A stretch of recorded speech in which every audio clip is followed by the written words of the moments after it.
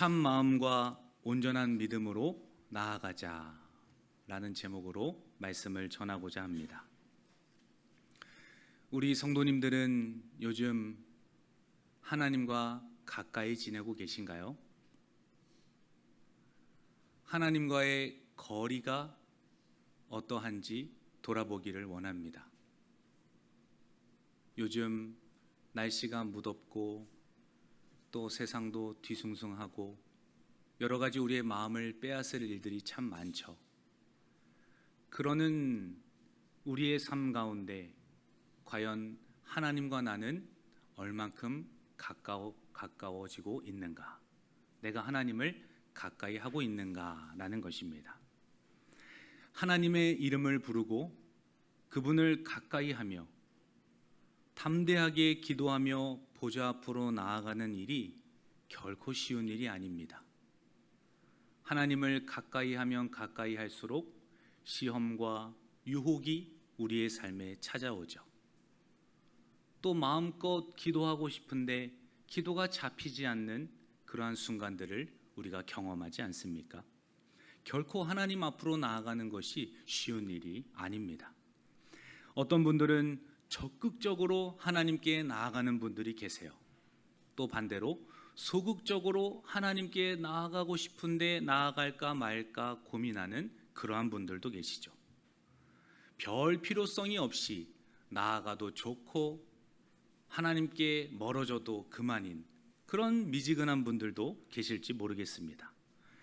적극적인 사람, 소극적인 사람, 이 미지근한 사람, 이러한 사람들이 과연 어떤 차이가 있는 것일까요? 근본적으로 무언가가 다르기 때문에 반응도, 표현도, 믿음도 다른 것 아니겠어요? 오늘 말씀에서는 참 마음과 믿음으로 하나님께 나아갈 것을 우리에게 가르쳐주고 있습니다. 하나님께 담대히 나아간다는 그 이유, 그 근거는 우리의 마음이 참된 마음으로, 우리의 믿음이 온전한 믿음으로 변화되어야지만 하나님께 담대히 나아갈 수 있음을 가르쳐주고 있다라는 거죠. 그렇다면 참 마음과 온전한 믿음이란 과연 무엇일까요? 오늘 성경에서는 그것을 우리에게 가르쳐주고 있다라는 겁니다. 하이델베르크 요리문답 21문답에도 보면 참된 믿음이란 무엇인가 우리에게 이렇게 질문하고 있어요.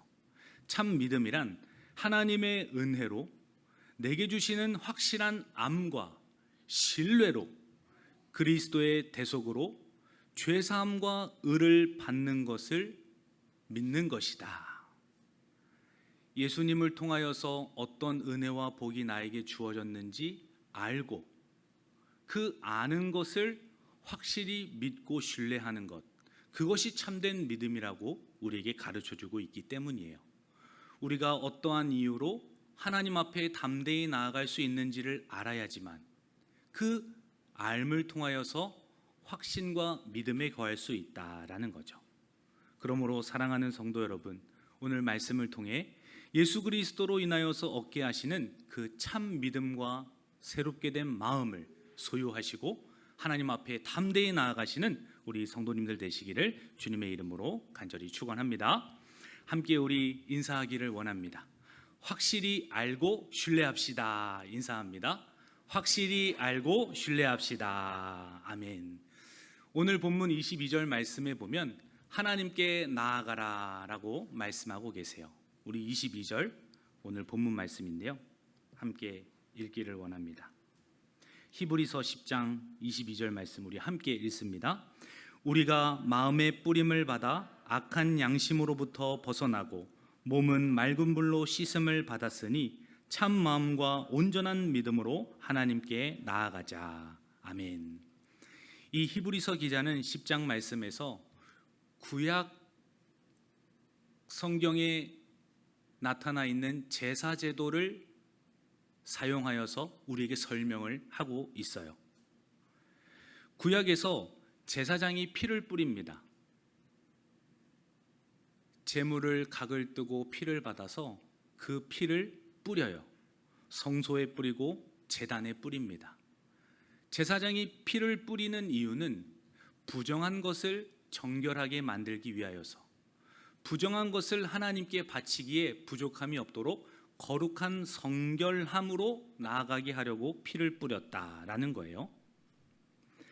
그러한 유대 배경과 구약의 설명을 들어서 우리의 마음에 피뿌림을 받았다. 우리의 마음이 예수 그리스도의 피로 새롭게 되었음을, 정결하게 되었음을 가르쳐주고 있다라는 거죠. 이것이 신약에 와서는 세례와 성령을 통하여서 거듭난 우리의 영혼과 마음을 의미합니다. 예수 그리스도를 믿으면 그분의 보혈의 공로로, 그 효염으로 우리가 모든 죄와 사망의 문제를 해결받고 우리의 심령이 거듭난 존재로 중생한 자로서 하나님을 믿게 되죠.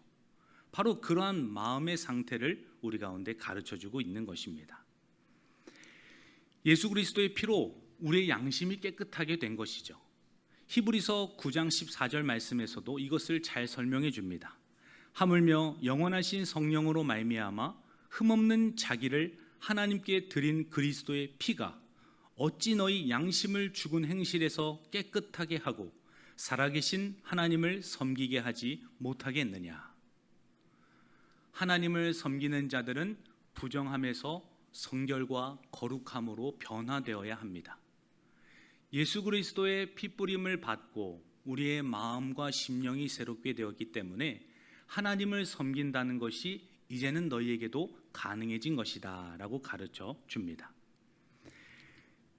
우리의 마음의 뿌림을 받을 뿐만 아니라 몸에 대하여서도 이어서 설명해 주고 있죠. 22절 말씀에 중간 부분에 보면 몸은 맑은 물로 씻음을 받았으니 라고 설명하지 않습니까? 이 구약 제사장들이 성소에 들어가기 전에 손과 발을 씻습니다. 그 물두멍에서 본인도 정결하게 하나님 앞에 나아가고자 본인의 손발을 씻는 것 아니겠어요?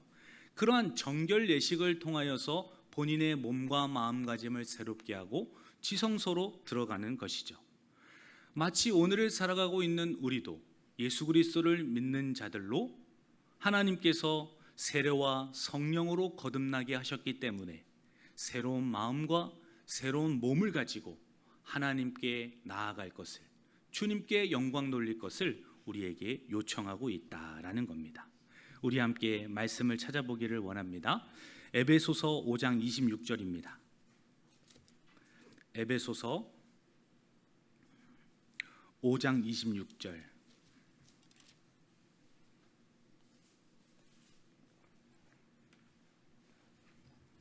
에베소서 5장 26절 함께 읽습니다. 이는 곧 물로 씻어 말씀으로 깨끗하게 하사 거룩하게 하시고. 아멘. 우리 성도들이 하나님의 은혜로 거룩해지죠. 그 거룩함을 받는 이유는 하나님의 은혜에 의하여서 말씀과 성령을 통하여 우리의 심령을 새롭게 하고 우리의 모든 양심과 몸까지도 하나님이 받으시기에 부족함이 없도록 우리를 깨끗하게 변화시켜 주시는 것을 말씀하고 있는 거예요. 그러한 주님의 은혜를 입은 자들은 하나님 앞에 담대히 나아갈 수 있죠. 적극적으로 나아갈 수 있음을 가르쳐 줍니다.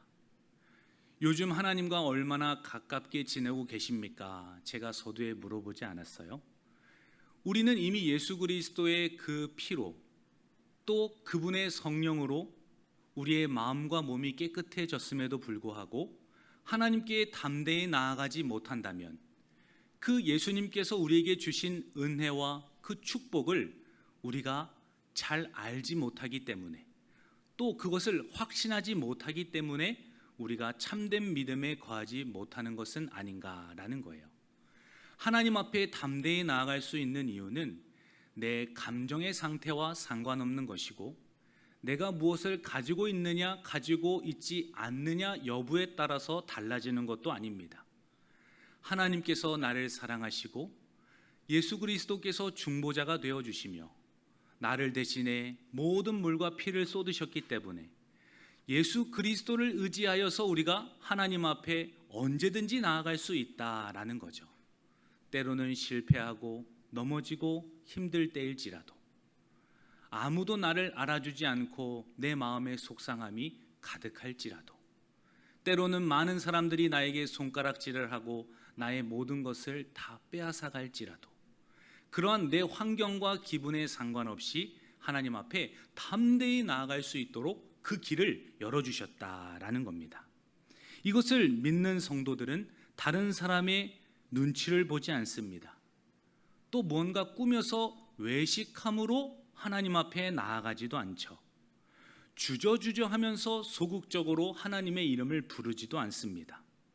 오직 예수 그리스도의 십자가와 그 희생을 바라보면서 참된 마음과 참된 믿음으로 하나님께 나아가게 하셨음을 기뻐하면서 하나님을 부르고 그분의 보좌 앞으로 담대히 나아가게 하신다라는 겁니다.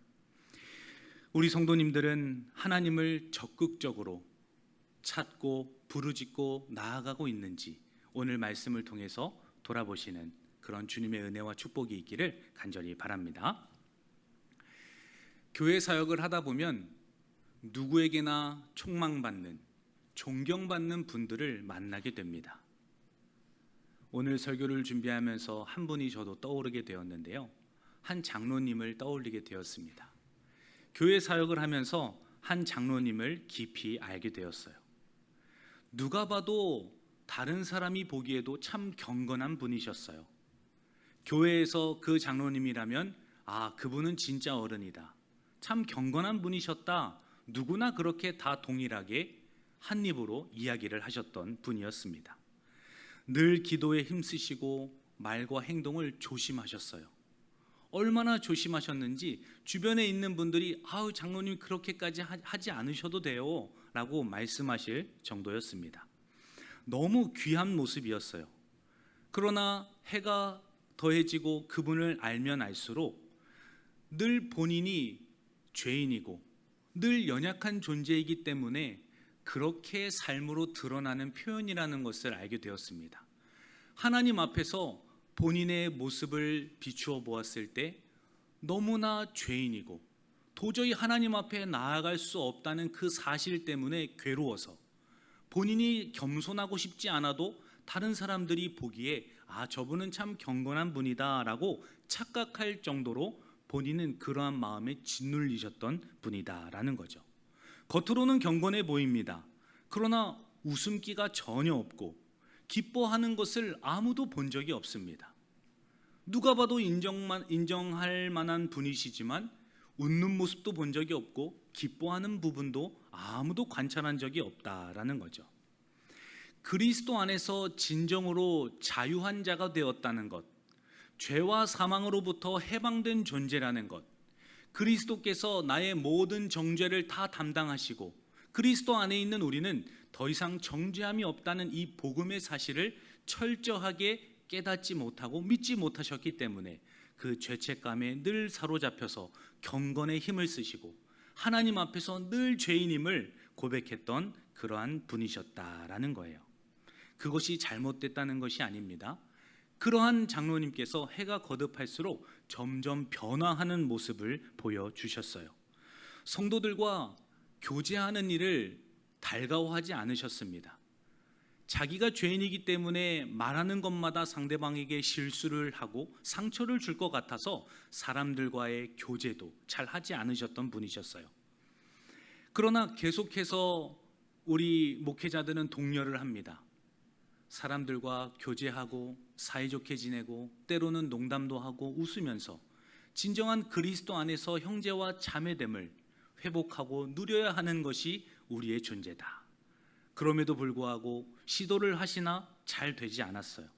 아무리 독려를 해도 그것이 굳어졌던 신앙이기 때문에 잘 바뀌지 않았습니다. 시도를 했으나 돌아오는 순간들은 본인을 더 힘들게 하였고 익숙하지 않았던 그런 만남들 때문에 오히려 더 좌절을 경험하셨습니다. 그러다가 코로나가 딱 왔어요. 코로나가 오니 사람들을 만나지 못하잖아요. 그래서 줌으로 온라인으로 사람들과 만나기 시작했습니다. 겉으로 부딪히는 일들이 없고 줌에서 만나니까 완전히 다른 분이 되시는 거예요. 본인의 속 이야기도 많이 하고 본인의 상처와 아픔들도 들춰내시고 함께 기도도 하고 뭔가 본인이 그 알을 깨고 나오시는 순간들을 온라인을 통해서 우리가 함께 경험하게 되었다라는 겁니다. 그동안 보지 못하였던 모습들을 보게 되었어요. 웃기도 하고 때로는 농담도 건네시고 점점점 그리스도 안에서 자유해지는 모습을 보게 되었습니다. 어떻게 그렇게 변화할 수 있었습니까?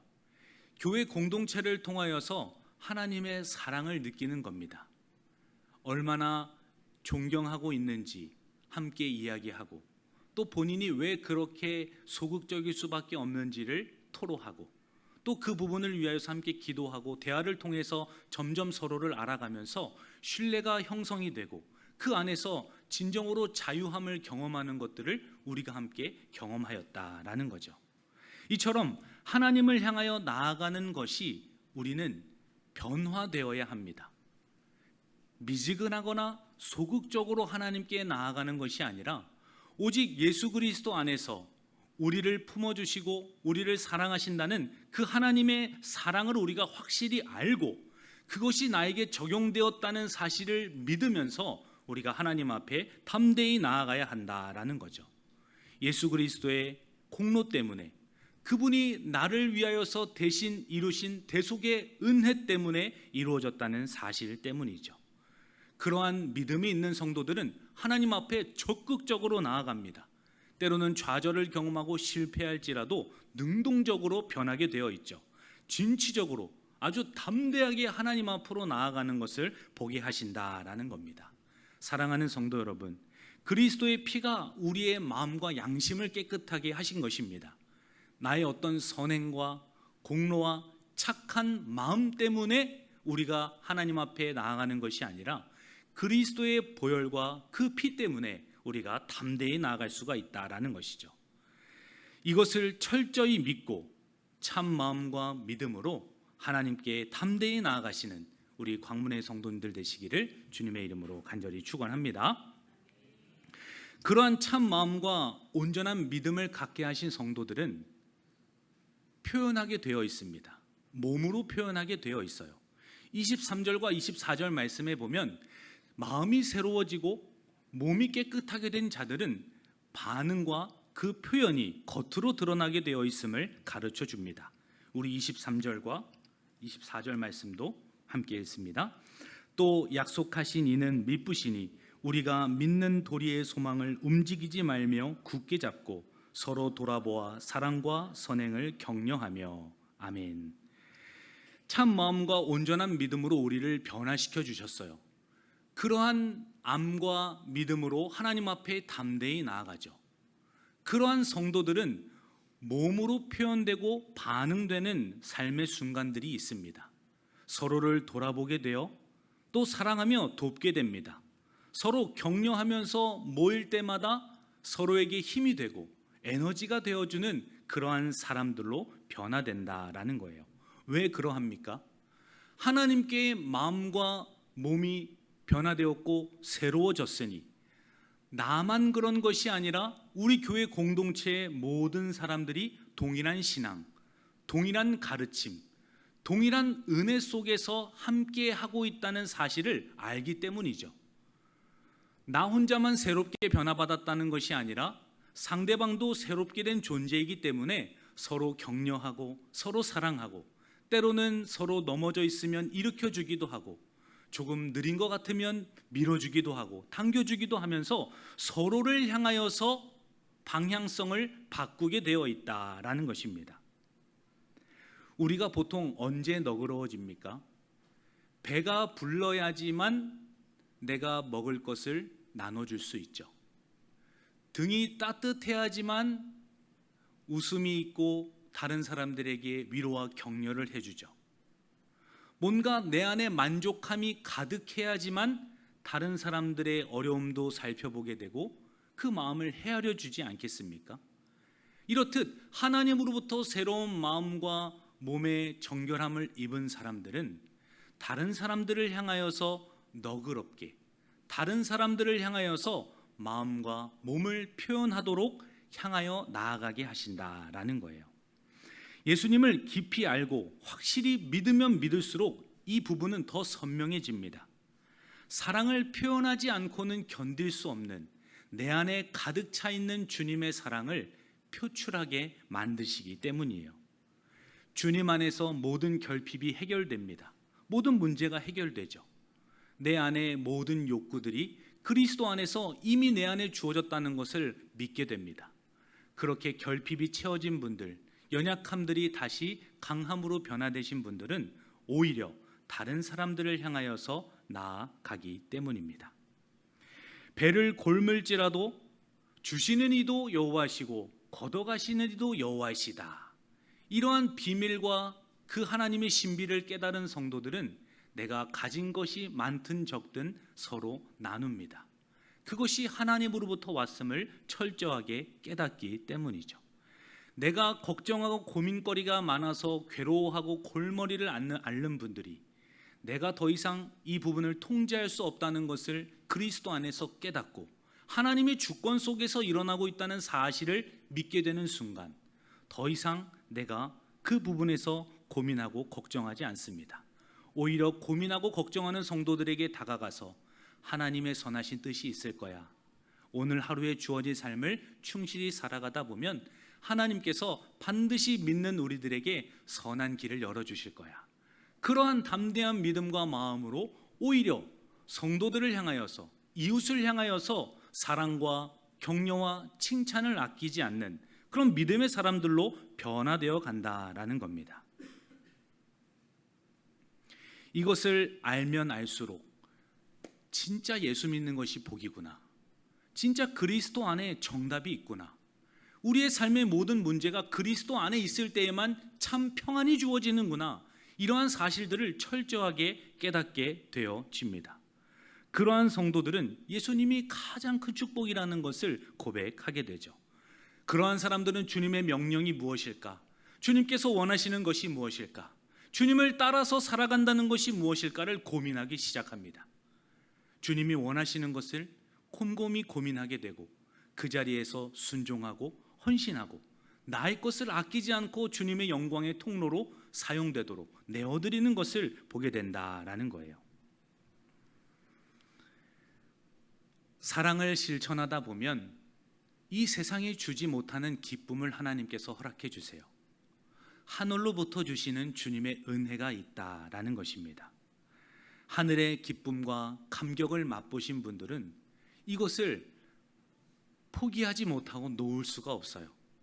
그러다 보니 그 사랑을 더 간절히 갈망하게 되고 더 낮은 것으로, 더 겸손의 자리로, 더 사랑하고 섬기는 그 순종의 자리로 오히려 찾아서 가게 된다라는 것입니다. 사랑하는 성도 여러분, 하나님과 가까워지면 가까워질수록 오히려 상대방을 향하여서 나아가게 하세요. 이것이 오늘 성경 본문에서 가르쳐주고 있는 하나님의 신비다라는 겁니다. 그러나 우리 성도님들은 어떠세요? 다른 사람들을 격려하고 선행하고 위로하고 마음을 헤아려주고 그들의 어려움을 같이 채워주는 것, 이것이 죽기보다도 싫고 너무나 어렵다는 것을 우리는 뼈저리게 느끼죠. 하나님과 가까이 하면 가까이 할수록 이것으로부터 자유로워지는데 하나님과 멀어지면 멀어질수록 자꾸만 움켜쥐려고 하고 내가 해결하려고 하고 나의 지혜와 명철을 가지고 문제들을 돌파하려고 하는 그러한 어리석은 길로 나아가기 때문입니다. 하나님께 나아가는 것, 예수 그리스도를 의지하여서 그분께 담대히 나아가는 것, 그것이 가장 큰 축복이자 우리가 바라보아야 할 목표라는 것을 깨닫고 오늘 이 말씀을 통하여서 주님께로 돌이키시는 우리 성도님들 되시기를 주님의 이름으로 간절히 축원합니다. 하나님께 나아가는 성도들은 반드시 형제와 이웃을 통하여서 나아가게 되어 있다라고 말씀을 드렸어요. 이번 여름 성경학교 사역을 보면서 저는 이것을 참 깊이 고민하게 되었고 생각해 보았습니다. 여름 성경학교를 금요일 날 마치고 집에 귀가하였어요. 아내와 대화를 나누면서 어쩜 그렇게 힘든 내색 하나 없이 그렇게 다들 섬기시고 순종하시고 또 사랑하는 그 모습을 보니 대화를 하다가 아내도 울고 저도 울었습니다.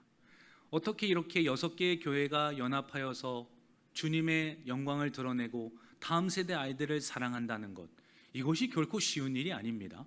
우리 한 교회 안에서도 연합이 어려워요. 그런데 평소에 잘 만나지도 않는 6개의 교회가 기도하면서 또 기획하고 그 가운데 자신이 가진 재능과 은사와 달란트를 가지고 함께 섬기고 사랑한다는 것, 이것을 나누다 보니까 우리가 함께 마음에 감동이 되었다라는 거예요. 진실하게 섬기는 손길들을 보았습니다. 거짓 없이 순수하게 행하셨어요. 하나부터 10까지 많은 신경을 쓰시는 그 마음들이 얼마나 귀한지 모릅니다. 뭘 따지지도 않습니다. 묵묵히 본인이 해야 할 일들을 감당해내시고 또 그 어렵다는 음향 문제, 또 장소 문제까지 손발을 다 벗고 발 벗고 나서서 하시는 그러한 모습들을 보기도 하였습니다. 또 자료를 만들어야 내서 하루 종일 카메라를 들고 다니세요. 와, 우리 뭐 잠깐만 손을 들어봅시다 해도 힘들어서 손을 내리시잖아요. 하루 종일 그 카메라를 들고 다니시는 거예요. 사진도 찍으시고 그 손길들, 그 섬김들이 얼마나 귀한지 모릅니다. 또 그 무더운 여름에 불 앞에서 그 120명 되는 음식들을 다 해주시고 많은 분들이 섬기시는 그 모습을 생각할 때에 얼마나 이 연합하는 교회의 모습이 아름다운가, 이러한 생각들을 하게 되었습니다. 서로를 진심으로 사랑하고 대하는 이 모습, 이것은 하나님의 은혜가 아니면, 그분의 복음이 아니면 설명할 수 없는 일이기 때문이에요. 아무도 모르는 사람들에게 식사를 대접한다는 것, 나의 재정을 흘려보낸다는 것, 그 아이들을 위하여서 기도하고 순종하고 섬긴다는 것, 이것은 너무나도 우리 안에는 없는 그러한 일들이기 때문입니다. 주님께서 우리 가운데 새로운 마음을 주셨고 온전한 믿음을 주셨기 때문에 서로를 향하여서 나아가게 하신 줄 믿습니다. 그러한 믿음으로 저도 중3 아이들을 담임하는 교사를 맡게 되었어요. 행복한 교회 중3 아이들 7명을 제가 맡게 되었는데, 그 중3 아이들을 처음에 딱 만났는데 얼마나 저를 무시하는지 몰라요. 본인들끼리 얘기하고 본인들끼리만 대화하고 저는 그냥 그림자 같았어요. 그래서 이것을 어떻게 해야 하나 곰곰이 들어보니까 본인들이 지금 얼마나 허세가 있는지, 본인들이 학교에서 얼마나 잘 나가고 있는지, 이러한 이야기를 하더라고요. 그래서 그 이야기를 제가 딱 잡아서, 목사님도 너희 중3 때 이야기를 해주고 싶다 하면서 저의 경험담을 이야기해 줬어요. 그러자 아이들의 눈이 초롱초롱 빛나면서 제 이야기에 집중을 하기 시작하더라고요. 처음에는 거들떠보지도 않았던 그 아이들이 진실된 마음으로 그 아이들의 이야기를 경청하고 그 아이들의 시선으로 다가가니 그 아이들이 마음을 열어주는 것을 경험하였습니다. 그때 그 자리에 왜 무시를 받고 앉아 있어야 합니까? 왜 제가 남의 교회 아이들을 그렇게 붙잡고 있어야 해요? 전혀 그럴 이유가 없어요. 그러나 주님께서 나를 사랑하시고 나 또한 받은 그 사랑을 우리 아이들에게도 전해주시고자 하시는 그 주님의 마음을 알기 때문에 우리가 서로를 향하여서 나아가는 것 아니겠습니까? 사랑하는 성도 여러분, 우리가 하는 모든 섬김과 순종이 내 안에서 이루어지지 못하는 것임을 철저하게 깨닫고 하나님께 나아갈 때 비로소 우리에게 주시는 주님의 축복과 은혜이자 증거임을 확신하시면서 주님께 영광 돌리시는 우리 모두가 되기를 간절히 바랍니다. 이어서 마지막으로, 하나님을 향하여 나아가는 자들은 성도들을 향하여서 나아가게 되어 있습니다. 그리고 이 믿음의 행보를 걷는 분들은 마지막 그날을 향하여서 반드시 나아가야 한다라는 겁니다. 하나님께 나아가는 이유가 무엇입니까? 서로를 향하여서 사랑하는 이유가 무엇입니까? 바로 주님의 날, 그날이 가까이 오고 있기 때문에 그 날을 우리가 향하여서 나아가고 있는 것이다 라는 거죠. 우리 25절 말씀도 우리 함께 읽습니다. 모이기를 패하는 어떤 사람들의 습관과 같이 하지 말고 오직 권하여 그날이 가까움을 볼수록 더욱 그리하자. 아멘. 우리가 서로 사랑하는 이유, 서로 격려하는 이유는 주님께서 주시는 그 은혜를 우리가 함께 공유하고 있고 또 그 주님의 약속을 우리가 기다리기 때문이에요. 주님께서 이 땅에 주신 현재적인 약속은 무엇입니까? 우리의 모든 죄와 사망의 문제를 해결하셨고 하나님과 화목한 존재로 우리를 만들어 주셨다. 이것이 현재적인 약속이죠. 그리고 앞으로 다가올 미래적인 약속은 무엇입니까? 그 주님께서 다시 오셔서 진정한 왕이 되시고 주님의 나라에서 우리를 영원토록 살아가게 하실 것이다. 주님의 나라가 있는 것이다 라는 것을 가르쳐주고 계시죠. 그 약속을 믿기 때문에 우리는 주님의 그 완성될 나라를 바라보면서 그 나라를 향하여서 나아가야 한다라는 겁니다. 하나님을 향하여 나아가는 은혜를 입은 성도들이 서로를 향하여 나아가다가 마침내 주님의 나라를 경험하고 그 나라에 입성하는 것을 하나님께서 깨닫게 하세요. 충성스럽게 신앙생활을 하는 삶, 기꺼이 나의 모든 것을 주님께 내어드리는 삶, 이러한 시간들은 결코 맹목적인 시간들이 아닙니다. 의미 없는 그러한 행동들이 아니라는 것이에요. 그날을 향하여 가고 있기 때문에 마지막 주님께서 다시 오시겠다고 말씀하셨던 그 종말의 날, 재림의 날이 있기 때문에 이것은 의미가 있는 것이고 충성스러운 삶의 순간들은 기억되는 것이고 영원히 칭찬받을 하나님의 상급이다라는 거예요. 그러므로 때로는 지치고 힘들고 포기하고 싶을지라도 사랑하고 섬기고 격려하는 일이 때로는 무미건조하게 다가올지라도 이 시간이 영원하지 않다는 것, 주님의 날이 왔을 때 결산을 받을 것이라는 것, 그것을 기억하시면서 주님의 날을 향하여 나아가시는 우리 성도님들 되시기를 주님의 이름으로 간절히 축원합니다. 우리 모든 성도들은 그 날이 가까움을 볼수록 그 날이 가까이 다가오고 있다는 것을 확신할수록 더욱 그렇게 살아야 하는 것입니다. 여기에 다른 핑계는 없는 것이에요. 가진 것이 없어도, 배운 것이 부족하더라도, 몸이 병들고 지쳐 있을지라도 나아가는 것입니다. 하나님을 향하여, 이웃을 향하여, 그 나라를 향하여 우리는 나아가는 것입니다. 마지막 날 주님의 재림이 있기 때문이죠. 예수님의 재림을 바라보는 성도들은 모이기를 힘쓰고 공동체를 지켜냅니다. 공동체를 지켜내는 이유가 무엇입니까? 자주 모여야 하는 이유가 무엇입니까? 하나님께서 은혜를 주시는 바로 그 기관이 가정과 교회이기 때문이에요. 교회 가운데 성도들이 모여서 기도합니다. 하나님의 말씀을 상고해요. 그분의 뜻이 어디 있는가를 분별하면서 함께 선한 사업들을 일으켜냅니다. 이러한 모든 순간들이 교회라는 기관을 통하여서 혼자는 할 수 없는 이 신앙생활이라는 것을 교회를 통하여서 하나님께서 우리 가운데 허락해 주셨기 때문이죠. 이번 여름 사역 때 우리가 배운 것이 무엇입니까? 은혜의 방편, 말씀과 기도와 성례를 통해서 하나님께서는 우리에게 은혜를 주신다. 그렇기 때문에 우리가 모이는 것이고, 그렇기 때문에 모이기를 패하는 자들을 경계하면서 그날이 가까움을 볼수록 더욱 우리가 힘써서 선행하고 격려하며 모이기를 힘써야 한다. 히브리서 기자는 우리에게 그렇게 권면하고 독려하고 있는 것입니다. 우리가 부족할지라도, 때로는 모자랄지라도 주님께서 가르쳐 주신 명령대로 함께 모이기를 힘쓰고 서로 사랑하고 선행을 베푸고 격려하시는 참 마음과 온전한 믿음으로 거듭나신 우리 성도님들 되시기를 주님의 이름으로 간절히 축원합니다. 예수님의 약속을 붙드십시오. 그래야지만 우리의 신앙생활이 살아납니다. 사랑하는 성도 여러분, 오늘날 교회 공동체의 필요성을 못 느끼시는 분들이 계세요. 나는 예수를 믿는다 라고 말하면서 교회에 출석하지 않습니다. 그럼에도 나는 예수님을 믿는다고 말하는 뻔뻔한 사람들이 참 많죠. 오늘날 한국교회에도 가난한 성도가 30%가 넘었다고 합니다. 코로나 기간을 만나면서 많은 분들이 신앙을 가지고 있지만 교회에 출석하지 않습니다. 이것에 대한 중요성을 전혀 못 느끼고 있는 사람들인 거죠. 하나님께 나아가는 자들은 반드시 서로를 향하여서, 이웃을 향하여서 나아가게 되어 있습니다. 하나님을 사랑한다고 말하면서 이웃을 사랑하지 않는다?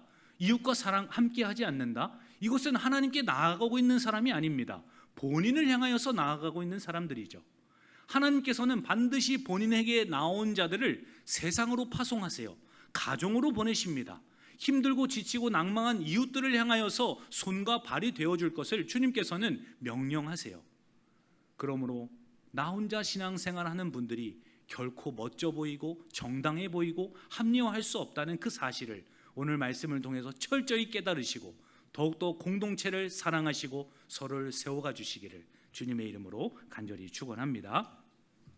예수님의 가르침대로 사는 삶이야말로 진정한 제자의 삶이기 때문입니다.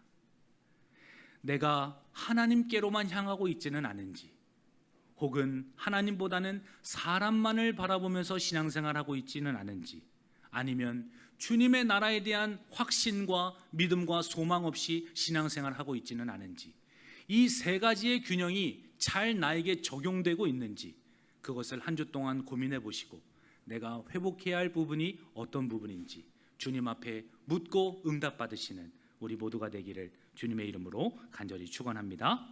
하나님 아버지 감사합니다. 오늘 말씀을 통하여서 참 마음과 온전한 믿음으로 하나님께 나아가게 하셨다는 은혜와 복을 깨달았습니다. 그러나 하나님 아버지, 하나님을 사랑하는 것처럼 이웃을 향하여서, 형제를 향하여서 사랑할 수 있도록 우리의 삶을 이끌어 가시고 붙들어 주시기를 원합니다. 믿음만 자랑하는 것이 아니라 성화의 삶을 통하여서 주님께서 찾으시고 잃어버린 영혼들이 돌아올 수 있도록 우리가 마중물이 되게 하시고 통로가 되게 하여 주옵소서. 돌아오는 한 주도 주님께 올려드리기를 원하오며 살아계신 예수님의 이름으로 기도하옵나이다. 아멘.